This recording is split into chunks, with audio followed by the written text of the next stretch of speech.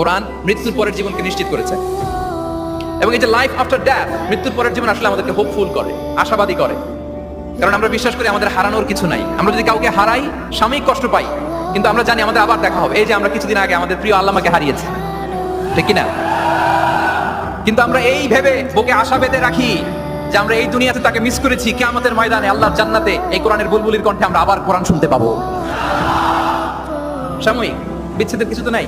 আমার আব্বাকে হারিয়েছি, আম্মাকে হারিয়েছি, বন্ধুকে হারিয়েছি, টিচারকে হারিয়েছি, আমি পাবো, তাদেরকে পাবো, হারাচ্ছি না। এই বিচ্ছেদ সাময়িক, এবং আখিরাত আসলে থাকতেই হবে। অন্যান্য অনেক ধর্ম আখিরাতের ব্যাপারে বলে, কিন্তু ইসলামের মতো এত ইন ডিটেইল নিখুঁত ভাবে বলতে পারেন। পুনর্জন্মবাদের কথা আপনারা শুনেছেন, ভালো করলে ভালো হয়ে আবার আরেক জন্মে আসবো, খারাপ করলে কুকুর হয়ে জন্মাবো, হ্যাঁ, বিড়াল হয়ে জন্মাবো, এরকম কথা অনেক ধর্ম বলে। কিন্তু ইসলাম এত সুন্দরভাবে তার কনসেপ্ট অফ আখিরা আমাদের সামনে হাজির করেছে। আল্লাহু আকবার।